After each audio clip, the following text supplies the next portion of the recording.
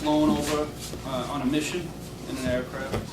And also, he didn't mention this, they did the flag ceremony on Veterans Day. It meant a lot to them. Chief, cheers. When Tommy first approached me about this, and that's why I was all in favor of it. Pete was very special to us. For those of you who don't know, before he was having fun in the city, he was having fun here. And he never forgot his roots here. In fact, this used to be his refuge. He used to come here when he was hiding out. And I don't know how happy he'd be since he was in the Army Airborne about an Air Force base named after him, but I know he'd be very happy that the bar's named after him. In fact, the place looks a little like Jack Bunny's. But he was very special to us here and very special to me. Pete was a guy who couldn't walk past a guy lighting a cigarette on the street without putting it out. When I was chief the first time, the first new pumper, we actually carried some gear in it because he would constantly show up. And it was a little rough when I'm giving orders and the guy wearing a white chief's helmet from New York City is there.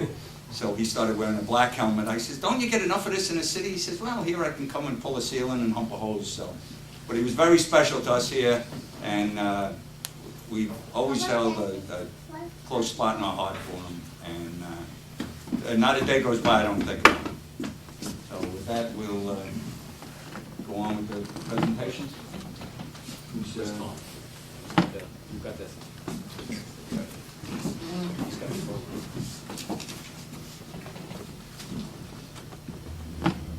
Chief Daly?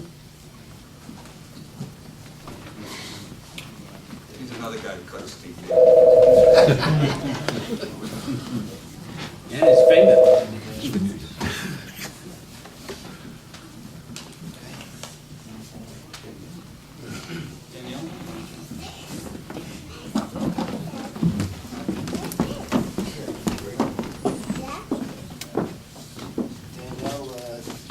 The certificate to you.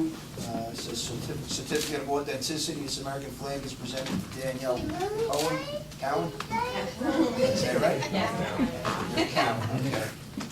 This certifies that on 2nd of November 2009, this American flag was flown in your honor on board KC-135R Stratotanker during a combat air refueling mission over Afghanistan, Tajikistan, and one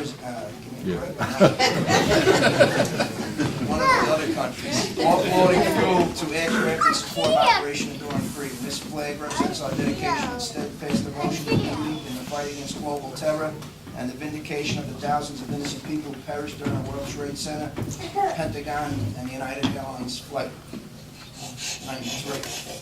During the terrorist attacks, September 11, 2001.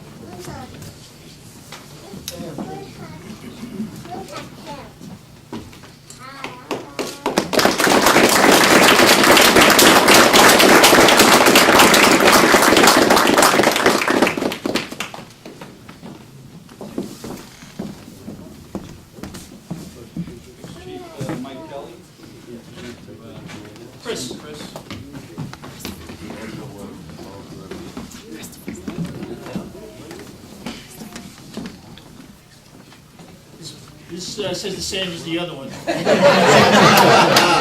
I'm not going to go through it. Besides, I don't have my glasses on. So. But in any case, I'll present this to you and Chris on behalf of the Farmingdale Fire Department and the Benevolent Association and the Air National Guard. Present this flag to you. Congratulations.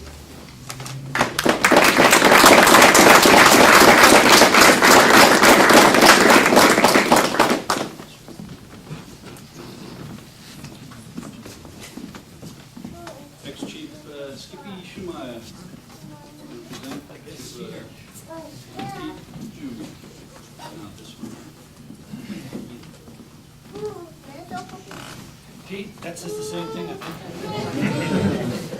And I'd like to present this from Farmingdale Fire Department Benevolent in honor of your father, the sacrifice of city, and out of your own.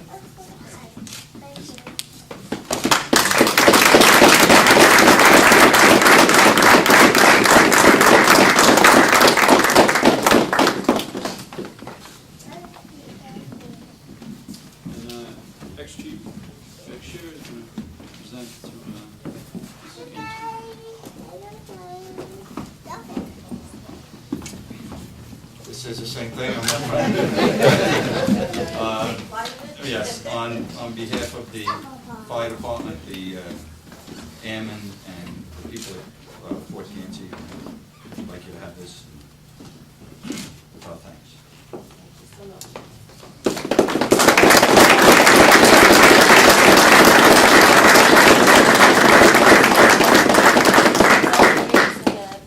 Still remembered so highly and thought of it. It means so much to my family. Thank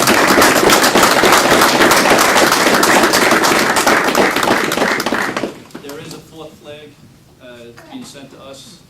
There was a little miscount, and they contacted us, well, my brother contacted me and said they're sending a fourth flag for our wall, actually. And they sent a nice picture here. And on that, Chief Daly is going to end this with a few words of his own. Yeah, just a lot of my words going out to the Ganci family, who know me for a long time, since I was a young kid here at Farmingdale, and you young guys out back there that I see that new Farmingdale fireman. I started out here when I was 13 years old. I joined Billy Pence. We were in school together, 8th grade, and he told me to come down here, and I joined. And that's where my love of the fire service began, right here in these rooms. And I knew from that day forward what I was going to do with the rest of my life. All right, and I was going to be a New York City fireman for a profession. And guys like Pete Ganci, who I met here, Pete was, he might even have been a lieutenant at the time, and Bob Kelly, who's here tonight. These guys I looked up to, and I admired them, you know, and I wanted to do that.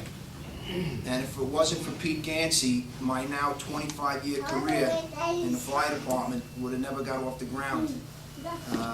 Pete helped me along the way, and I got on the fire department in 1985. Like I said, it's 25 years ago. And guys like Bob Kelly, again, these guys I looked up to, and I fostered my love for the fire service, and I moved all the way up through the ranks. And I wanted to be like Pete, you know, and I think I've done a pretty good job. Yeah, be proud of me. I think so. And I'll end it on a funny story. One day when I was 17, I think Kathy loves this one. I'll tell you guys. Pete came over to my house to pick me up to go golfing. Pete was 16 years older than me. He was about 33 at the time. I was 17. And my mother answers the door, and Pete's out on a stoop, and she yells to me, "James, some old guy out here." You never got over that. I did that, yeah. That haunted him. But yeah, he was one of a kind, you know.